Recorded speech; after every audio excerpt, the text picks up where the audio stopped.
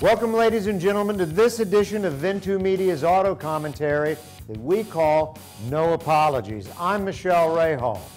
Last week we pointed out that GM had paid back its loan to the U.S. government to the tune of $6.7 billion. Well, let's fast forward that a few days. The real payback came from a shell game called Screw the Taxpayer.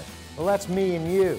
That $6.7 billion was already in their tank from the original TARP bailout money. So they paid the loan back with borrowed money, not from earnings. They actually lost money. And now they're all over the networks with Ed Whitaker crowing about it, and that's not all they're crowing about. Just stick with me here. GM also announced that it's putting nearly $1 billion into a plant in Michigan to produce a compact car called the Cruise.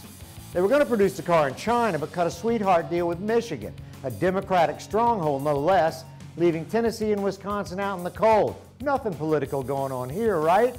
Well, hell, if Michigan's willing to pony up $770 million in tax credits, another $130 million in incentives from the local government, and the UAW is willing to coerce its workers into taking around $15 an hour instead of a normal $28 an hour, why not? I mean, look at it from the administration's point of view. They build a compact car in the U.S., which nobody does. It was originally scheduled to be built in China. They employ people at Chinese railroad worker wages, and they've just solidified a huge voting bloc in the state for 2010 and 2012. What to do? They can now go on television and tell us how they've saved the world and how wonderful bankruptcy can be. Well, let me ask you a question.